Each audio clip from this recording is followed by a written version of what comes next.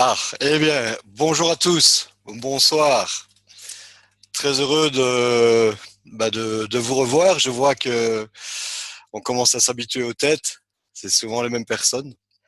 Ça me fait vraiment très plaisir que ce soit aussi régulier comme ça. Et merci beaucoup. Euh, Aujourd'hui, on va aborder euh, un sujet qui nous concerne tous en fait. C'est le libre choix, le libre arbitre. Et on va voir un peu ce qu'en dit la Kabbale. Mais avant d'en arriver là, donc je vous rappelle qu'il y a un chat sur lequel vous pouvez vous exprimer. On va laisser des sessions de questions-réponses. Donc à ce moment-là, vous pourrez vous signaler lorsque vous avez envie de poser une question. Et avec Sergei, on y répondra. La chose importante, c'est que cette réunion, il faut vraiment le savoir, elle est enregistrée. Donc, si vous ne nous donnez pas l'autorisation d'utiliser votre image, c'est pour envoyer aux étudiants qui malheureusement ne sont pas avec nous aujourd'hui. Et si vous avez peur que ce soit diffusé publiquement, donc je vous en prie, n'hésitez pas à fermer vos caméras. Et à la rigueur le micro si vous n'avez pas envie de vous exprimer. Donc voilà, vous êtes loisible de faire ce que vous voulez. Je pense que les choses essentielles sont dites. Je vois que tout le monde a mis son prénom. Effectivement, donc c'est parfait, on pourra dénommer tout le monde. Et je pense qu'on va pouvoir commencer. Et pour cela, je vais laisser la parole à mon ami Sergei qui va vous accueillir dans cette réunion. Merci et bonsoir à tous. Je suis vraiment très heureux de vous revoir chaque mercredi. Pour nous, c'est vraiment un événement exceptionnel parce que ça fait des années que nos étudiants français souffrent de manque de bases dans la Kabbale et c'est ça ce qu'on essaie de faire avec Eddie. Aujourd'hui, on a le sujet très intéressant. On parle souvent de la liberté et on voit que cette notion conditionne toute notre vie entière. Et c'est pas par hasard qu'on voit durant toute l'histoire de l'humanité toutes ces révolutions, soulèvements qui étaient en quête de la liberté. Mais si on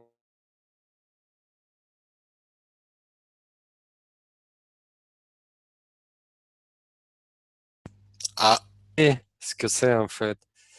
On peut juste dire que on a quelque chose à l'intérieur, une certaine ressenti dans besoin de cette liberté et indépendance.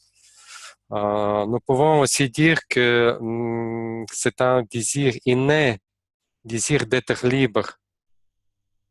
Et à première vue, nous pensons que nous pouvons prendre les décisions que nous-mêmes formulons.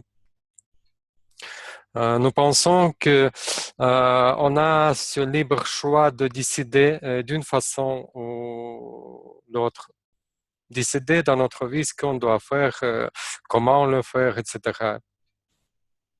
Mais dès qu'on plonge plus dans cette notion, on voit que cette définition, il perd sa clarté. En fait, personne ne comprend pas trop ce que c'est la liberté. Et alors, la question se pose, est-ce que avons-nous cet libre choix? Voilà ce que dans son article La liberté, Balasulam écrit à ce propos. Goula, pourrais-tu mettre le premier extrait, s'il te plaît?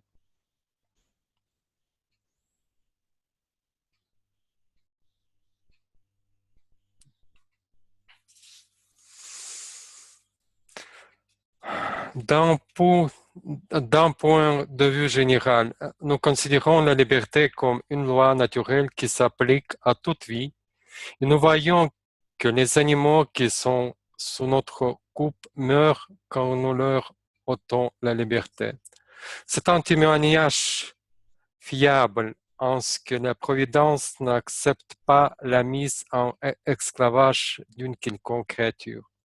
Et ce n'est pas en vain que l'humanité a combattu ces dernières décennies pour atteindre une relative liberté individuelle. Mais cependant, cette expression appelée liberté est très floue.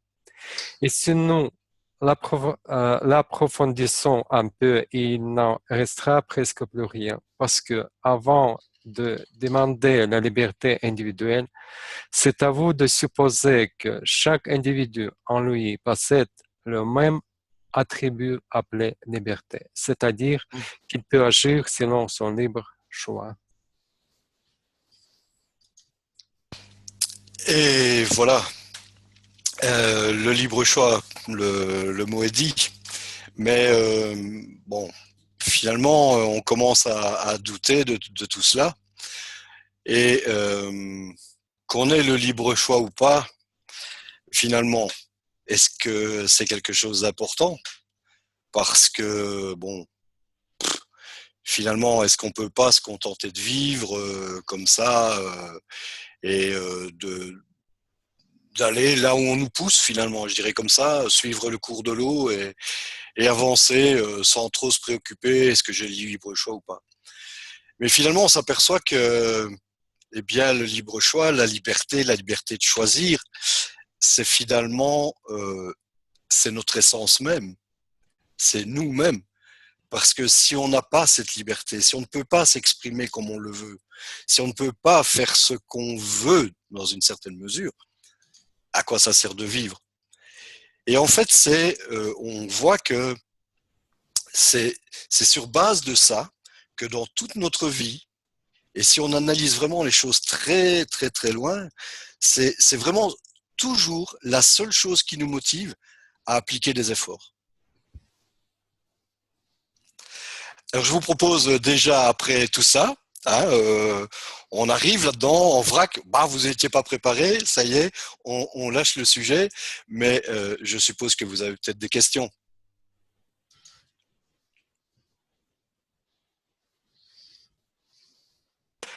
Ok, on a encore rien expliqué. Je vois qu'il n'y a pas de questions.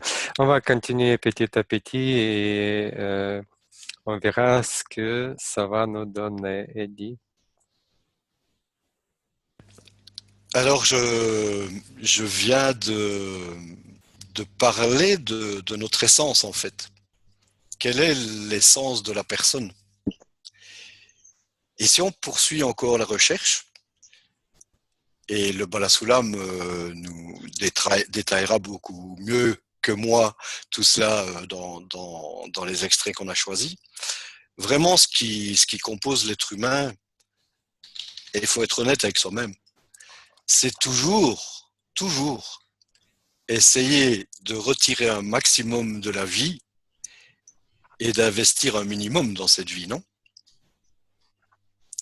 Donc, c'est quelque chose qui est relativement fondamental. Et le Balasoulam nous explique cela par le texte Goulia. C'est le texte qui commence par cependant, qui est le slide numéro 3. Cependant, lorsque nous observons le comportement d'un individu, nous trouvons que ses agissements lui sont imposés. Et lorsqu'il est obligé d'agir ainsi, sans aucune possibilité de choisir, il ressemble en cela à un civet qui mijote à feu doux et qui n'a pas d'autre choix que d'être cuisiné. La Providence a attaché la vie à deux chaînes, le plaisir et la souffrance. Et Sergueï va nous expliquer un peu tout ça. Oui, c'est assez. Quand on commence à étudier les Kabbales, on rencontre des trucs vraiment formidables et inattendants en fait. C'est très simple. Il y a deux choses qui existent, plaisir et souffrance. C'est tout ce qui existe dans notre désir de recevoir et on n'est que ce désir, pas rien d'autre. Et je pourrais même simplifier les choses. Vous connaissez un cheval qui est avec un cavalier a toujours des rênes qui sont attachées ici et avec ces rênes, cavalier, il peut diriger, guider son cheval. Et en fait, ce plaisir et cette souffrance, ce sont deux rênes qui guident notre vie, qui guident notre existence. Qu'est-ce qu'on peut dire? Certainement que les animaux, ils n'ont pas de libre choix. Ça, on le connaît. Mais quelle est la différence entre un animal et un humain? En fait, les humains, ils peuvent envisager un objectif dans l'avenir, tout ce qui n'existe pas chez les animaux. Ici, on peut envisager un objectif de plaisir à venir. On peut accepter à souffrir. Qu'est-ce que veut dire? Euh, il y a un micro qui est allumé.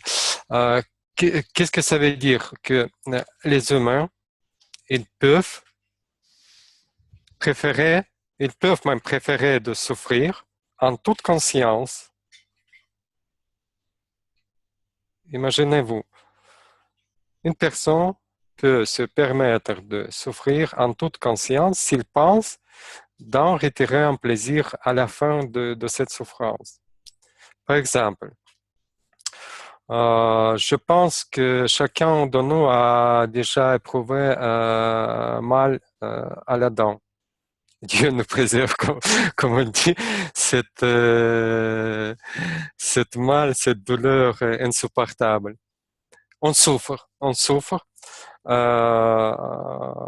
Et pour éviter cette souffrance, on peut faire tout et n'importe quoi. Même si on n'aime pas aller chez un dentiste, on y va parce qu'on sait qu'on va avoir la tranquillité après d'être soigné. Ou, par exemple, si un jour, en brossant ma dent, je vois qu'un carie qui commence à se développer, mais je n'ai pas encore mal. Alors, je choisis aller à un dentiste à l'avance et souffrir à cette fauteuil pour ne pas avoir de mal dans l'avenir. Il y a je peux donner plein d'exemples où les gens jouent avec ces deux reines souffrance et le plaisir. Et autre exemple, par exemple, on est en été, il fait chaud, les gens partent en vacances à la mer. Mais c'est pas toujours évident de se retrouver dans un endroit qui nous plaît. Il faut gagner l'argent, il faut avoir l'argent pour s'y rendre. Alors, on peut se forcer et travailler en plus prendre des heures supplémentaires ou même prendre un deuxième emploi pour gagner plus d'argent, pour pouvoir économiser et se permettre de partir en vacances dans un endroit de rêve qu'on a rêvé des années.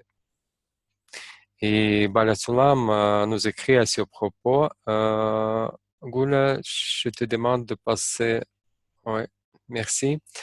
Toutes les créatures vivantes n'ont aucune liberté de choix entre le plaisir et la souffrance, et le seul avantage que l'on possède sur les animaux est de pouvoir faire des projets à long terme, c'est-à-dire accepter sur le moment une certaine dose de souffrance dans l'espoir de futurs bénéfices ou de plaisir après un certain laps de temps.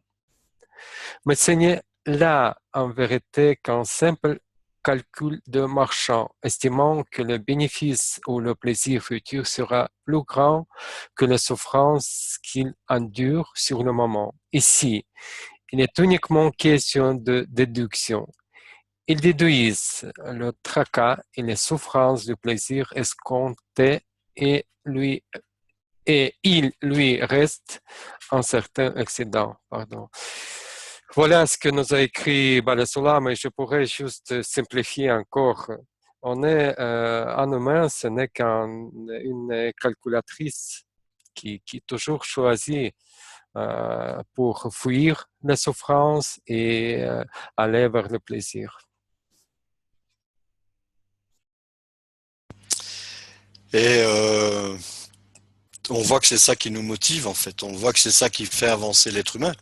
C'est cette recherche du plaisir, cet investissement minimum pour un maximum de plaisir. Et on peut même se rendre compte que des fois, on n'a même pas, c'est même pas du plaisir qu'on éprouve, mais on est déjà content parce que il n'y a pas de souffrance. Donc, on dirait que le plaisir devient quelque part un manque de souffrance. Donc, voilà ce après quoi on court. Et le libre choix, ça nous amène, quand on y réfléchit, ça nous amène encore plus loin. Parce que Sergueï vient de nous parler qu'on peut différer ce plaisir, investir pour obtenir un plaisir plus tard dans le futur. Mais je suis certain que c'est arrivé à chacun d'entre nous. On prépare ses vacances, on travaille dur toute l'année, on économise, on fait des sacrifices et on part, je sais pas moi, on part en Thaïlande, hein, et parce que les amis nous ont fait de la publicité et le pays est magnifique et puis ben on arrive et commence à pleuvoir. On avait pris une petite semaine de congé et il pleut toute la semaine. Et c'est même pire parce que comme les orages là-bas ils sont forts, en courant comme ça sur la plage pour aller chercher mon parapluie, je me suis trébuché dans le parasol du voisin et je me suis foulé la cheville. Donc finalement, je vais trouver le médecin, pas le dentiste ce coup-ci, mais un médecin. Et, euh, et il me dit, mais écoutez, il va falloir rester alité. Je dis, mais ouais, mais non, il faut rester alité. Donc voilà, les vacances que j'avais tellement préparées, tellement désirées, eh ben, ça devient une catastrophe, quoi. Et on voit dans tout cela que finalement, avec le destin, on peut finalement arriver à se retrouver vide, totalement déçu de la décision qu'on a prise en exerçant notre libre choix. Donc même quand on croit qu'on peut arriver à exercer notre libre choix, on n'est pas toujours certain d'avoir fait le bon choix. Et je vais donc demander à Goulia de passer au slide suivant, où le Balasulam va nous parler encore de cette liberté. Et il dit ainsi, c'est ainsi qu'apparaît uniquement le plaisir. Et il arrive parfois que quelqu'un soit tourmenté, car il n'a pas trouvé dans le plaisir le surplus qu'il attendait surtout au regard des souffrances qu'il avait endurées, et se trouve donc en manque, se retrouve vide. Tout se passe comme dans les affaires. Il n'y a en fin de compte dans tout cela aucune différence entre l'homme et l'animal. Et dans ce cas-là, il n'existe aucun libre choix, mis à part une force d'attraction qui l'attire vers les plaisirs occasionnels et qui rejette les situations désagréables. Le manque de souffrance, quoi. Et par le moyen de ces deux forces, la providence le conduit aux endroits où elle le désire sans lui demander son avis. Donc voilà quelque chose de très important. Mais avant de passer à la suite, est-ce que vous auriez des questions?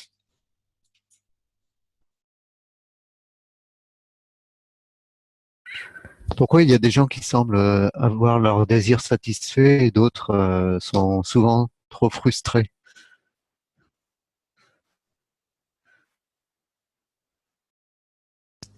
Tu veux pas reposer ta question? J'étais en train de boire et Oui, je t'avoue que j'ai pas entendu. pourquoi il y a des gens qui semblent être gâtés par la vie, toujours satisfaits, euh, ils arrivent à réaliser leurs désirs, tandis que d'autres triment et sont souvent frustrés. La providence semble favoriser certains. Enfin, c'est l'apparence des choses, quoi. Ça dépend un petit peu de la personne finalement. Une telle chose va plaire à celui-là et la même chose va pas plaire. Donc ça dépend un petit peu de la personne, comment elle perçoit le même phénomène en fait. Mais en fait, je ne vois pas, je ne saisis pas en quoi le libre choix s'est exprimé ici. C'est pour ça que je ne comprenais pas trop la question finalement. En quoi le libre choix s'est exprimé ici? Je rappelle, essayons de poser des questions dans le cadre de la leçon, hein, dans le sujet. Donc aujourd'hui, on parle de libre choix, libre arbitre, la liberté de pouvoir faire ce qu'on veut finalement. Oui, parce on est là pour vous aider de comprendre. On vous donne les bases. Et la Kabbale, elle est tellement immense. Et si on va plonger à discuter sur des différents sujets, on va vraiment partir dans tous les sens. C'est pour ça qu'on essaie de rester dans le cadre du sujet. Ainsi, tout le monde va en profiter pour comprendre un peu plus de tout ce qu'on parle, parce que c'est assez difficile d'expliquer tout, surtout en Kabbale, durant une heure. Et vos questions sont importantes dans le sens s'ils vont vraiment dans cette direction du sujet. Et il m'a semblé d'avoir compris, c'était en rapport avec la diapositive qu'Eddie a lue sur la providence qui ne laisse aucun choix aux gens. Pourtant, les gens ont des rêves La providence le conduit aux endroits où elle le désire sans lui demander son avis. Je disais par rapport aux gens, on fait tous des projets, on fait tous des choix. Je voudrais réaliser ça ou partir en vacances, etc. Et il y a des gens qui semblent plus gâtés par la chance que d'autres. Ok, je vais Pas dans le essayer de sujet. répondre. Oui, merci, Serge. Je vais essayer de répondre. En fait, euh, chacun a sa racine dans l'âme. On va expliquer aujourd'hui l'influence, qu'est-ce qui nous influence et pourquoi ça se passe. Est-ce qu'on a vraiment ce libre choix ou non? Euh, on va pas aller trop vite, mais je veux vous dire, on n'a aucun libre choix. Tout est déjà programmé. Ici, une personne est sensible, l'autre moins. Une personne qui est riche et l'autre moins. Une personne qui est heureuse et l'autre qui est dépressif. Tout est déjà programmé selon sa racine de son âme. Il doit passer ce chemin pour pouvoir adhérer au Créateur. Et ça, c'est quelque chose qu'on va aborder dans la suite de cette leçon. Donc, si on peut, on va d'abord se pencher sur les questions. Si tu veux bien, Sergei, il me semble, parmi tout le chat, que Milo, par exemple, ok, là je crois qu'il parle de ses problèmes de vidéo. La différence entre l'homme et l'animal est aussi l'ego. Voilà, Kenos qui demande la différence entre l'homme et l'animal est aussi l'ego. Si j'ai bien compris la formulation. Sergei, tu peux peut-être répondre? Oui, je vais essayer. Ça dépend ce que vous entendez sous cette notion de l'ego. C'est quelque chose de très, très complexe. On parle dans la Kabbale, si on parle de l'ego, on parle de notre désir de recevoir et ce n'est pas toujours mauvais. Animal, est-ce qu'il a aussi un ego? À vrai dire, je ne sais pas. Je ne sais pas tout simplement parce que le Kabbale n'étudie pas des animaux. Le Kabbale étudie nos chemins spirituels, les chemins spirituels des hommes.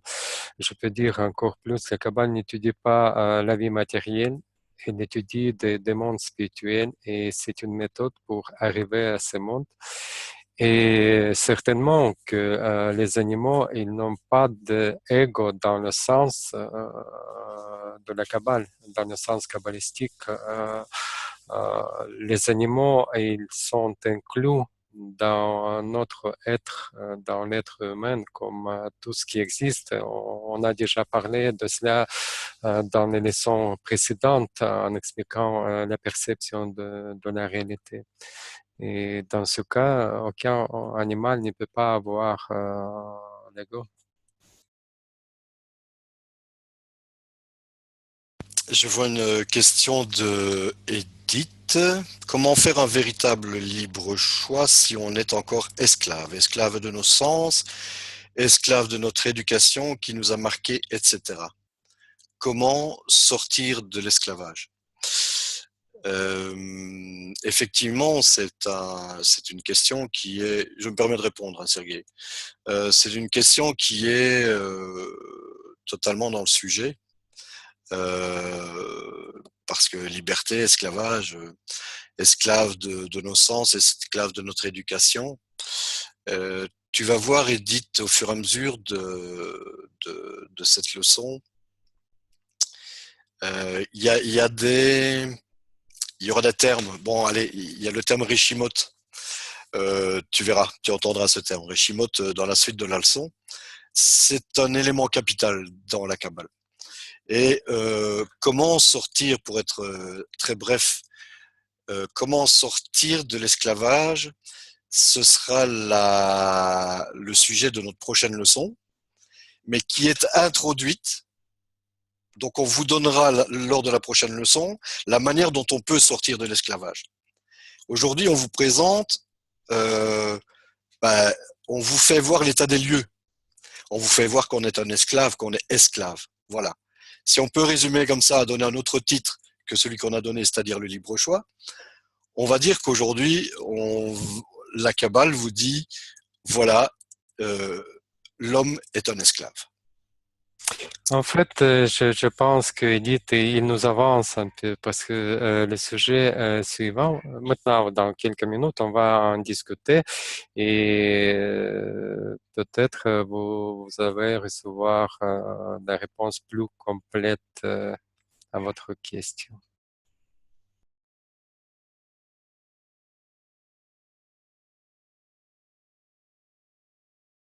Alors, un petit dernier coup d'œil dans le chat. Et Melika, il me semble que dans la vie, on n'a pas trop de choix. Ben voilà. Dans ma vie, les choses ne se passent jamais comme j'avais prévu.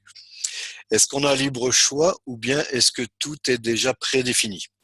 Est-ce que je peux changer quelque chose? Eh bien, Melika, je t'invite à suivre les minutes qui viennent et voir la leçon prochaine.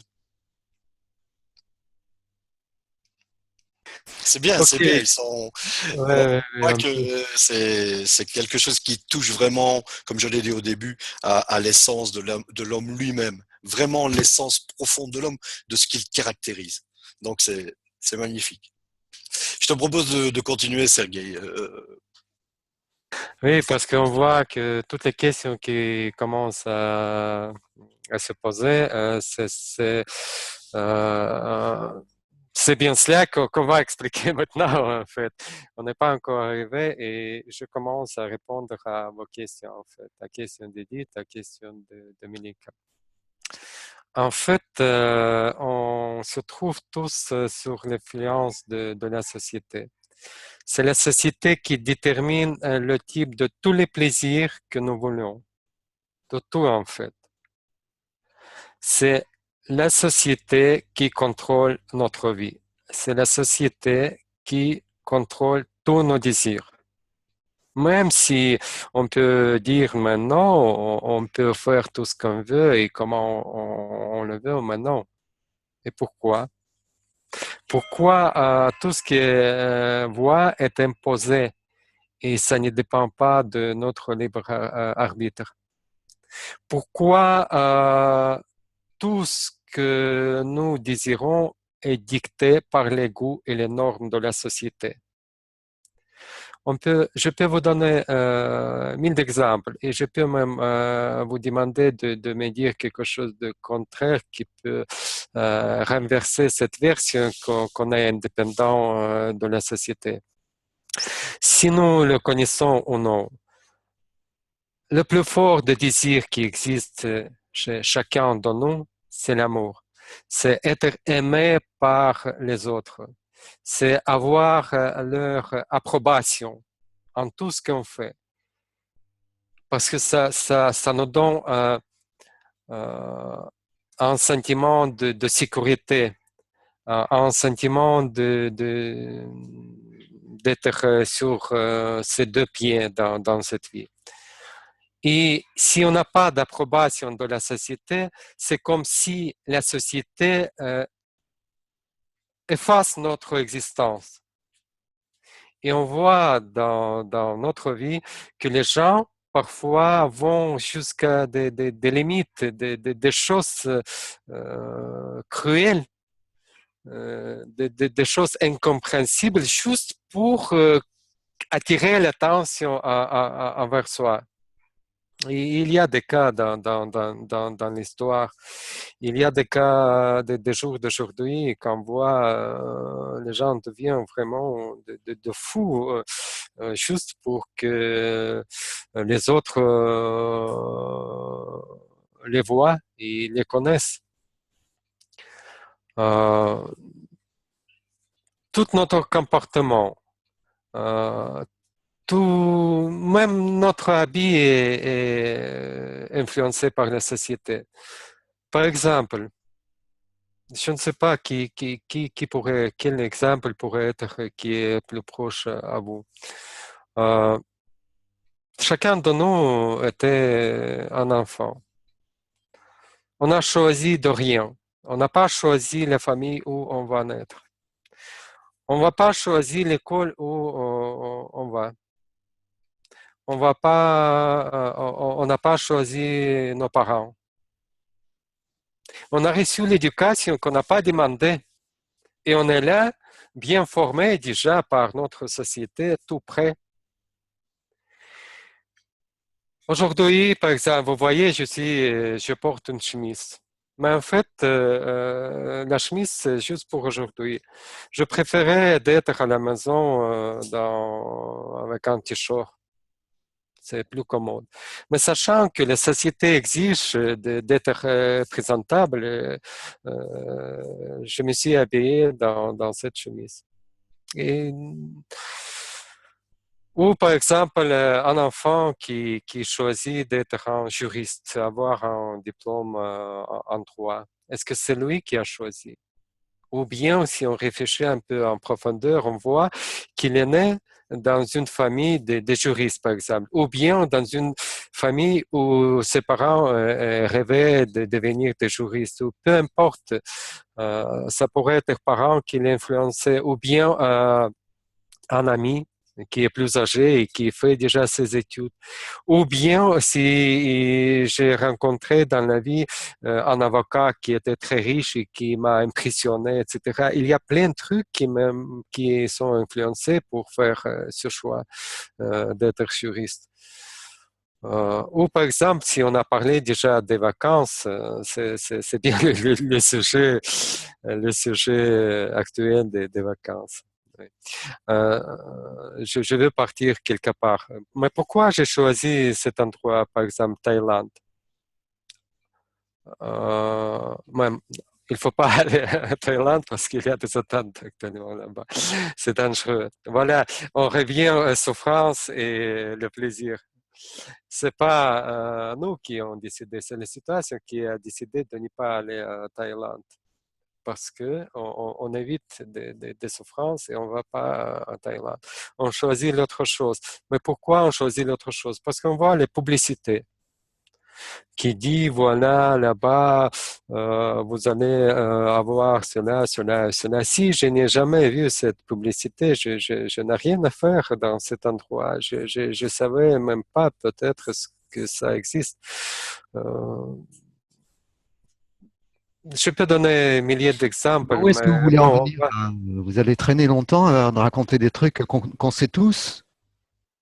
Ah, ça y est, on t'a dit en 10 minutes ce qu'on peut dire en 2 minutes. C'est quoi ce truc-là? ok, je voudrais demander votre pardon. En fait, on apprend avec vous de, de mener ces leçons, d'essayer de porter à votre connaissance quelque chose qui peut être bien évident pour vous, mais pas pour les autres. Il y a différentes personnes ici. Pour moi, ce sont des choses évidentes. Pour vous Le problème, aussi. c'est que c'est vous qui décidez quand est-ce que les questions sont au sujet et quand est-ce que les questions ne sont pas au sujet. On n'est pas censé savoir que quand on pose des questions, elles ne sont pas au sujet ou au sujet. À chaque fois qu'on pose des questions, vous nous dites attendez la suite, vous saurez la réponse. Alors pourquoi nous demander de poser des questions? Dépêche-toi, n'entraîne pas ton français comme ça, apprends le français, mais va plus rapidement. Ok, je vais essayer de m'améliorer. C'est pour ça on a demandé de votre feedback et je vous remercie Serge de faire ce remarque. On va essayer de demander les autres aussi si ça leur convient ou non et on va s'adapter à la majorité. Je pense que ça va être mieux ainsi. Et je propose maintenant lire la définition de Bala Sulam. Goulen, s'il te plaît.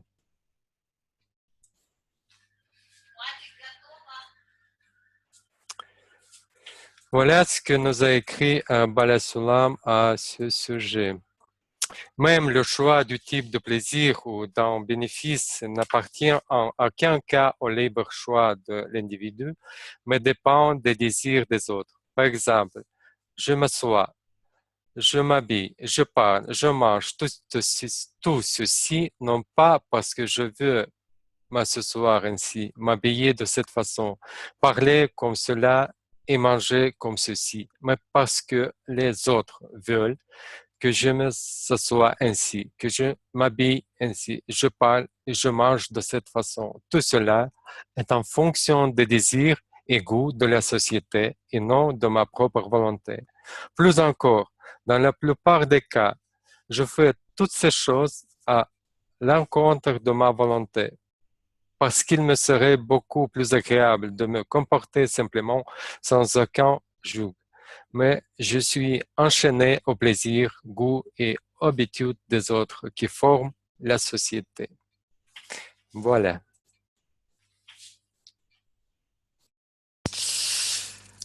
Alors j'ai le sentiment que on en arrive ici et que si Goulia veut bien revenir au slide précédent, je pense qu'il est temps de faire un petit récapitulatif. On voit, si on part de la droite du schéma, qu'on a vu qu'on était influencé de l'intérieur. On est influencé de l'intérieur par notre programme intérieur, qui est en fait de toujours retirer un plaisir maximum en faisant le moins possible. Ça, c'est une chose. Sergueï vient de nous parler des influences de la société. Ça, c'est le point numéro 2, les influences sociales. On voit que tout ça passe à travers nous. Et finalement, tout ça, c'est pour suivre ce programme qui est à l'intérieur de nous, qui est toujours un profit maximum pour un investissement minimum. Et on est totalement dirigé de l'intérieur et de l'extérieur. Mais alors, si on est complètement dirigé, comment est-ce qu'on peut parler de libre arbitre? C'est là qu'on va en arriver à l'esclave. Hein? Faut laisser aussi le temps qu'on puisse expliquer les choses. Donc, on en arrive au fait de voir qu'on est totalement enchaîné, intérieurement, extérieurement. Et alors, comment est-ce qu'on peut dire que nous sommes des égoïstes? Des gens qui ne pensent qu'à nous, qui agissent toujours en fonction de nous, on est totalement égocentrés, etc., etc. Ça, c'est une chose. Et puis, d'autres choses, comment se peut-il aussi, et le Bala Soulam évoque cela, comment se peut-il que dans nos sociétés, on soit parvenu à faire des systèmes qu'on appelle récompense et punition, c'est-à-dire des systèmes qui nous font avancer. Donc, on va maintenant se poser la question sur ces deux concepts. Et le Bala Soulam, pour cela, nous dit au slide suivant, slide de numéro 8, je pense. Dites-moi donc où est ma liberté de choisir si d'autre part nous supposons que je ne dispose pas de libre choix et que nous sommes alors que des machines qui agissent et créent sous la férule de forces extérieures, m'obligeant à agir ainsi. Ça veut dire que chacun est incarcéré dans la prison de la providence et qui, par ses deux composantes, le plaisir et la souffrance, nous attire et nous pousse selon sa volonté vers les endroits voulus par elle. Il s'avère que l'égoïsme ne semblerait pas exister dans ce monde, puisque personne n'est libre et ne peut s'assumer seul. Je ne suis pas responsable de mes actes, et je ne suis pas celui qui agit, car malgré le fait de le vouloir, mon comportement m'est finalement imposé. Par conséquent, récompense et punition deviennent caduques. Essayez de retenir certains concepts, ce sont des concepts sur lesquels on reviendra plus tard, ce sont des concepts très importants, d'accord ? Est-ce que jusqu'ici, vous auriez des questions ?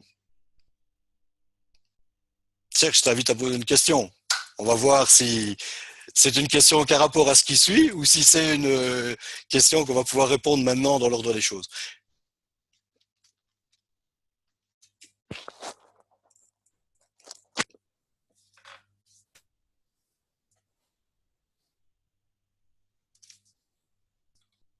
Mais voilà, personne ne veut plus poser de questions. Si, il va poser une question. Oui, vas-y. Vous venez de poser, ça veut dire que la société telle qu'elle est aujourd'hui, elle marche sur la tête. J'ai pas compris le début de la question, Zulkani. Je disais la société telle qu'elle est aujourd'hui, telle que nous la connaissons, telle qu'on nous la montre, la société de consommation, la publicité, etc., le pouvoir, etc. Donc c'est une société qui est fausse. On fait en sorte qu'on soit esclave de tout ça. C'est comme ça que je le comprends. Donc la société va mal. Et si la société va mal, il y a beaucoup de gens le savent que la société va mal. Mais qu'est-ce qu'on attend pour agir ou réagir? Moi, je suis fatigué d'entendre, je vous assure, je suis très fatigué d'entendre dire que ça va pas, que les choses ne vont pas bien, la guerre, il faut pas faire la guerre. Mais attendez, ça fait depuis des siècles et des milliers d'années, on s'entretue entre nous. Ce que vous venez d'expliquer, je pense que d'autres, bien avant, l'ont déjà expliqué. Et j'ai l'espèce de souffrance. Moi, quand je regarde la société d'aujourd'hui, je pleure, je souffre. On marche sur la tête. Donc, comment faire pour sortir de tout ça? C'est un travail intérieur ou c'est juste moi ou c'est tout le monde qui doit mettre la main à la tâche? Je vais me permettre, c'est tout à fait correct ce que tu dis, tout à fait évident. Si tel n'était pas le cas, on ne serait pas là aujourd'hui en fait. On ne serait pas là en train de chercher quelque chose. Donc on cherche tous, c'est ça qui nous amène ici. Mais c'est un très vaste sujet, la manière de se corriger. La Kabbale est une méthode qui permet de corriger l'homme. Bon, comme je rappelle un des noms du créateur qui est Boré, viens et vois, il faut que tu pratiques par toi-même. C'est une science en fait. Il faut que tu la pratiques. Et le sujet de l'expérimentation, c'est toi-même. Ok? Et personnellement, moi je te le dis, mais tu me crois pas. Je te dis que je suis meilleur aujourd'hui que quand j'ai commencé. Et j'espère que je serai encore meilleur d'ici quelques années. Et je m'attache à m'améliorer tous les jours. Donc voilà, ça c'est des jeunes choses. Mais je vais juste te dire une petite phrase comme ça. Et je voudrais que tu ne l'oublies pas.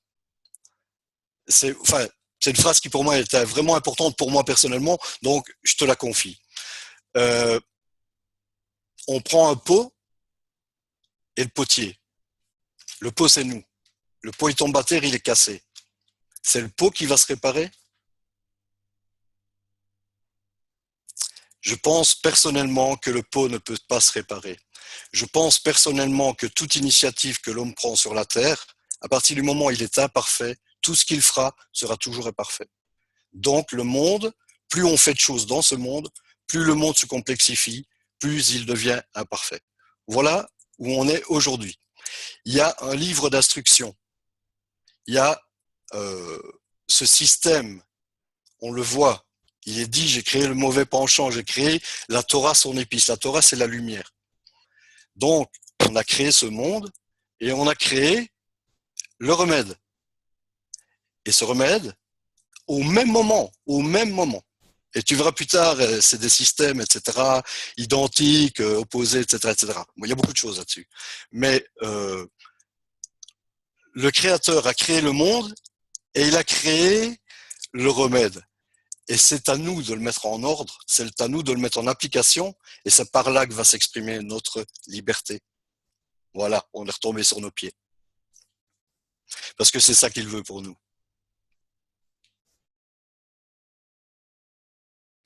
Je vais peut-être aider aux gens qui ne savent pas allumer leur micro. En bas, tout à gauche, il y a possibilité muter ou unmuter le micro. Milo, je vais unmuter votre micro moi-même, mais vous pouvez le faire vous-même. Essayez de poser votre question que vous voulez poser.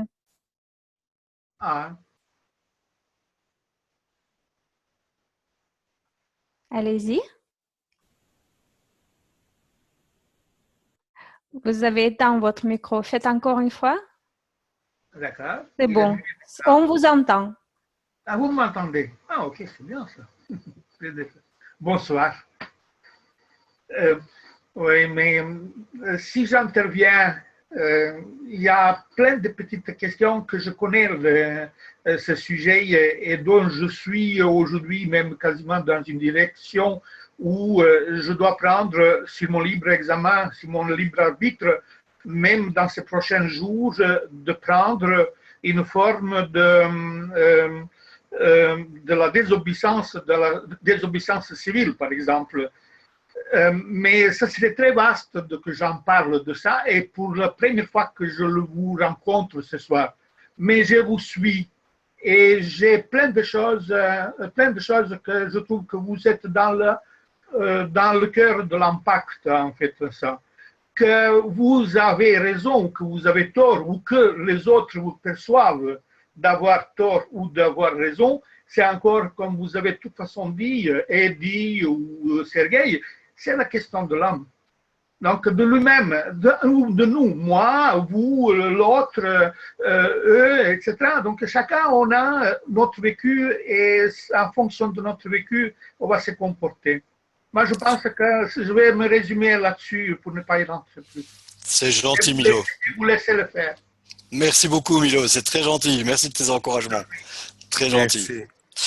Où en étions-nous maintenant? Donc voilà, moi je vérifie ici encore une question, je crois que j'en ai vu une. Notre destin nous enchaîne-t-il aussi? Sergueï, tu peux répondre à ça, si tu veux bien? Notre destin nous enchaîne-t-il aussi? De Téléphore. C'est ça, hein? Oui, mais Eddie, notre destin nous enchaîne-t-il aussi? Je ne comprends pas en fait la question. Téléphore, si tu pourrais reformuler autrement ou...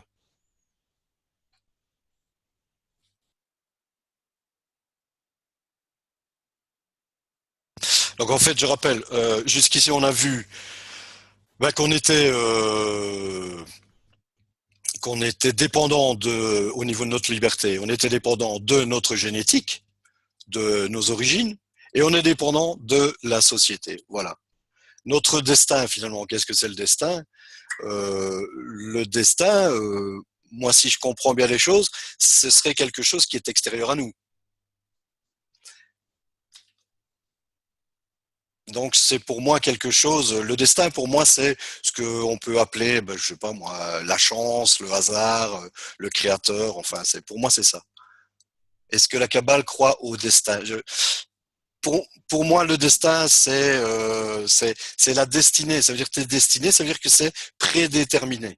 Il y a une prédétermination. Et c'est le sujet qu'on va aborder, excuse-moi Serge, hein, mais c'est comme ça, mais on va juste aborder ça dans la partie qui suit. Oui, effectivement, Télésphore, destin, on parle pas on parle, si on parle de destin dans la Kabbale, on parle toujours comment accélérer les choses, parce que notre destin en fait déjà prédéfini. Tout ce qui s'était passé, tout ce qui va se passer est déjà prescrit. Il y a bien longtemps.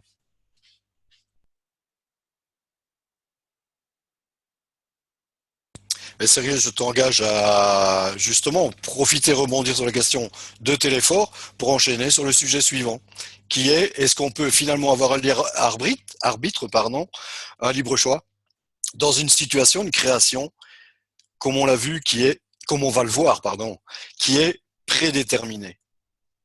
Donc, pour la Kabbale, le monde est prédéterminé. Il y a une prédétermination des choses. Oui, oui, merci Goulas. Ça va être plus facile d'expliquer avec ce dessin. On a appris dans la leçon précédente que le créateur a créé la création dans 3 états. Vous voyez, d'abord c'était ascension du bas, d'abord c'était descente d'en haut vers le bas par les 5 mondes, comme vous a déjà expliqué. Après cet état dans ce monde, et on arrive à un certain moment où on doit monter du bas vers le haut. En fait, quand le créateur a créé la création, déjà dans la pensée de la création, le créateur a terminé tout.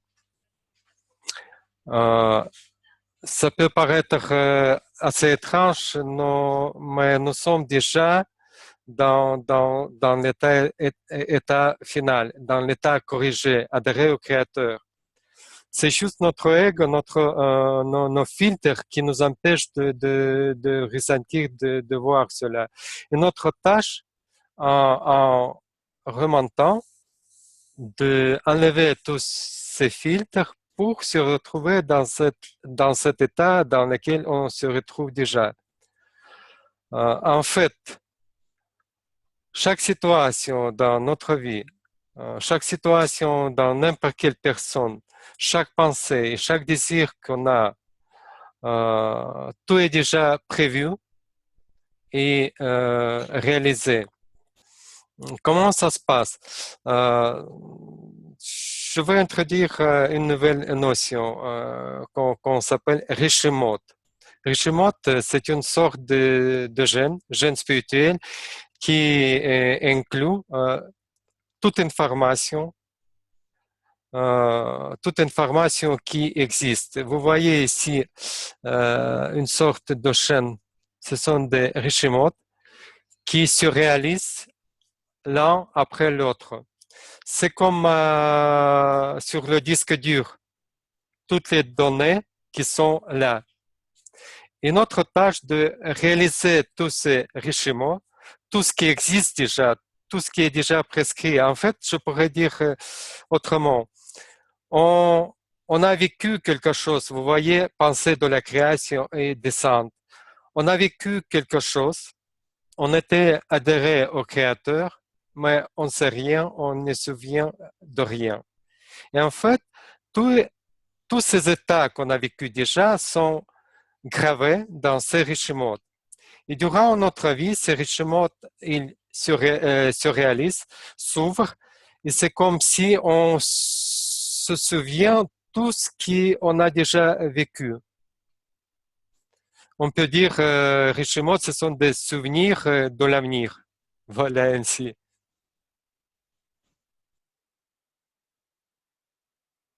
Et en fait, ouais, les Rishimot, si vous voulez, on fait souvent ça comme une spirale. Rappelez-vous, j'espère que vous allez pouvoir vous en souvenir, les 33 tours, les long playing, comme on dit en anglais, les disques. C'était tous des petits creux comme ça, et l'aiguille passait tac, tac, tac, tac. Et tout ça, c'est en fait, c'est tout ce qui est prévu, prédéterminé pour notre vie depuis le début de la création. Et on est obligé de passer par là. Mais le Rishimo peut être quelque chose d'individuel et il est également quelque chose de collectif. C'est-à-dire que toute l'humanité est obligée de passer par des étapes.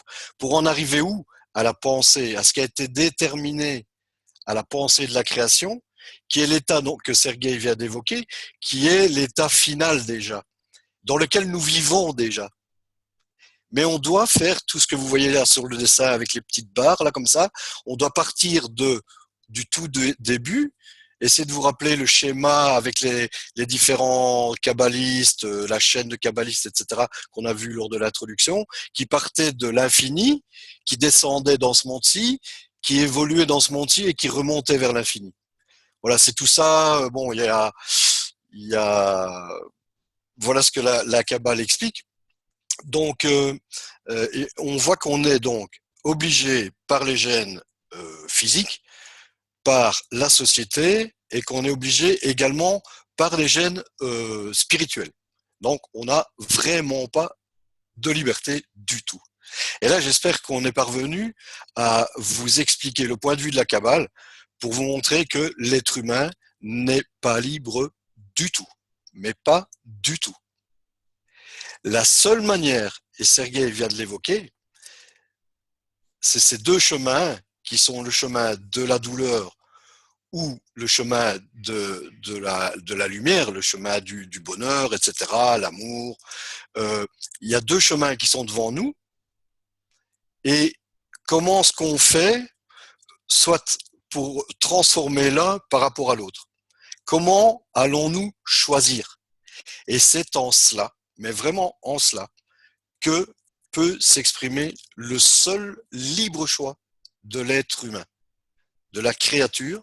C'est vraiment dans la manière dont il va. Donc, comme les choses sont déjà prédéterminées dès le départ, on est obligé d'y aller.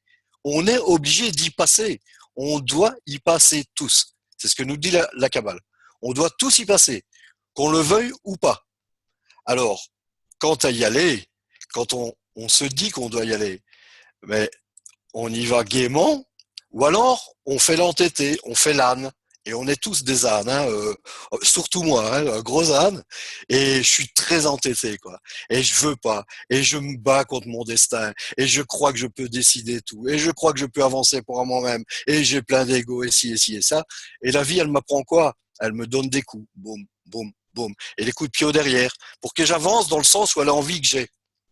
Alors, j'essaye par la Kabbale d'apprendre ce que la nature attend de moi, et j'apprends parce que je suis tout petit, hein, j'apprends petit à petit comment utiliser ce que la nature met à ma disposition et j'avance gaiement.